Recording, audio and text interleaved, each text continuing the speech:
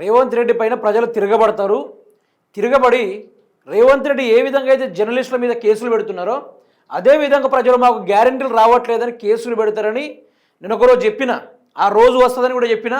బరాబర్ అదే జరిగింది. అలా రాష్ట్ర ప్రజలు వేడి మీద ఉన్నారు. మాకు రుణమాఫీ కాలేదు, మాకు గ్యారెంటీలు రాలేదు అనుకుంటూ కేసులు పెడతా ఉన్నారు ముఖ్యమంత్రి రేవంత్ రెడ్డి మీద.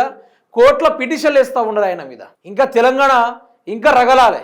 4.5 కోట్ల ప్రజలు ఉన్నారు మిత్రులారా. అందులో రేవంత్ రెడ్డికి అనుకూలంగా ఉన్నోళ్ళు ఒక 1.5 లక్షల మంది తీసుకుందాం, 4 కోట్ల ప్రజలు అనుకుందాం. ఆ 4 కోట్ల మంది ప్రజలు ఒక్కసారి కోర్టు మెట్లు ఎక్కితే రేవంత్ రెడ్డి పరిస్థితి ఏం కావాలో ఒక్కసారి చూసుకుందాం. ఇక జరిగిన విషయాన్ని చూసుకుంటే, రుణమాఫీ చేయట్లేదని కాంగ్రెస్ ప్రభుత్వంపై హైకోర్టులో పిటిషన్ దాఖలు చేసిన రైతు.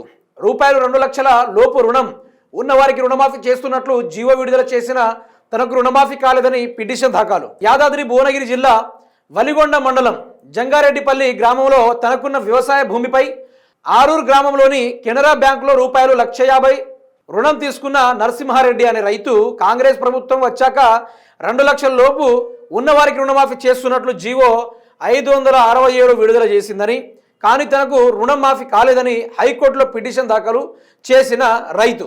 అయితే ఇది వినడానికి కూడా చాలా బాగానే ఉంది. ఇంకా ఆచరణలోకి రావాలి. ఎట్లా అంటే ఇప్పుడు ఒక్కొక్క నియోజకవర్గంలో ఎమ్మెల్యేలు, ఒక ఎమ్మెల్యే అంటే కాంగ్రెస్ ఎమ్మెల్యే మరి చదువుకున్నాడో లేకుంటే ప్రజల్ని పిచ్చోలనుకున్నాడో, కేసీఆర్ 24 గంటలు కరెంట్ ఇస్తే నేను వచ్చి 48 గంటలు కరెంట్ ఇస్తా అంటాడు. ఇంకోటి వచ్చేసి రైతు బంధు కేసీఆర్ 10,000 ఇస్తుండు కదా, నేను 15,000 ఇస్తా అన్నాడు. మరి ఈ అన్ని గ్యారెంటీలు 100 రోజులు లోపే నేను అమలు చేస్తా అని చెప్పిండు. మరి వీటిని అన్నిటిపైన రేవంత్ రెడ్డి ప్రభుత్వం మర్చిపోలేదు. మర్చిపోయిందంటే మరి ఇక మన తప్పవుతుంది. అది వాళ్ళు మర్చిపోయిర్రు, వాళ్ళు చదువుకుంటుర్రు.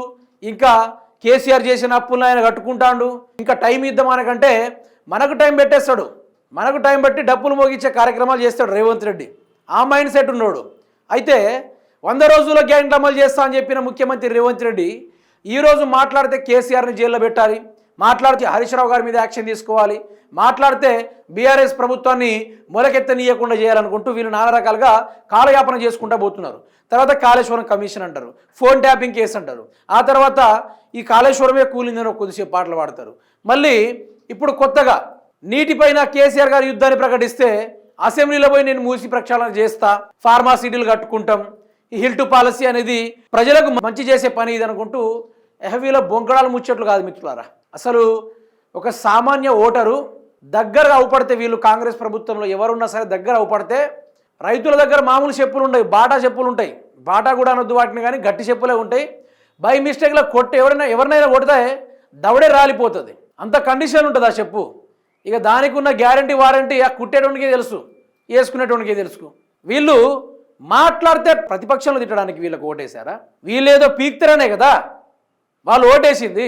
వీళ్ళు 2 సంవత్సరాలుగా కేసీఆర్ ఒక 10 నిమిషాలు స్టేజ్ మీద ఎక్కితే 10 నిమిషాలు మొత్తం కేసీఆర్ తప్ప వేరేది ఏమైనా మాట్లాడిర్రా?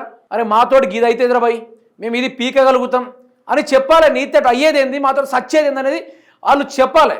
అవన్నీ చెప్పుడు పక్కన పెట్టేసి ఎల్లకాలం కేసీఆర్ మీద పాట పాడితే ప్రజలు ఊరుకుంటారు.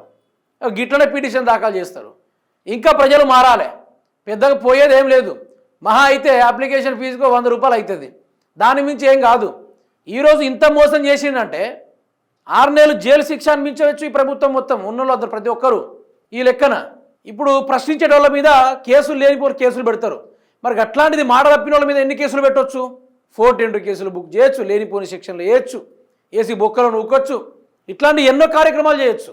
అరే ఎంత తీర టైంకి వచ్చేసి ప్రజల్ని మంచిగా ఆశల మీద ఆశలు పెట్టి వాళ్ళని మొత్తం మోసం చేసి బదనాం చేస్తే ప్రజలు ఊరుకుంటారా? ఒకరోజు చూస్తారు, 2 రోజులు చూస్తారు. 2 సంవత్సరాల నుంచి ఎవడు చూస్తాడు, ఎవడు చూడడు. అంత పిచ్చోడు ఎవరు లేడు తెలంగాణలో. అందుకనే ఆ రైతు సీదా పోయి అతనిపైన పిటిషన్ వేసిండు, బ్రహ్మాండమైన పని చేసిండు.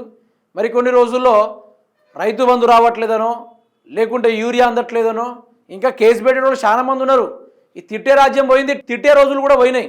ఇప్పుడు ఒకటే రోజు ఉంది. అయితే గీతే కేసన్న పెట్టాలా, లేకుంటే ఏ నాయకుడైనా ఊళ్ళోకి వస్తే రాళ్ళతోడు కొట్టుడా, చెప్పుతోడు కొట్టుడా, టమాటాలతోడు కొట్టుడా అనేది రైతులు ఇప్పుడు ప్రిపేర్ అవుతూ ఉన్నారు.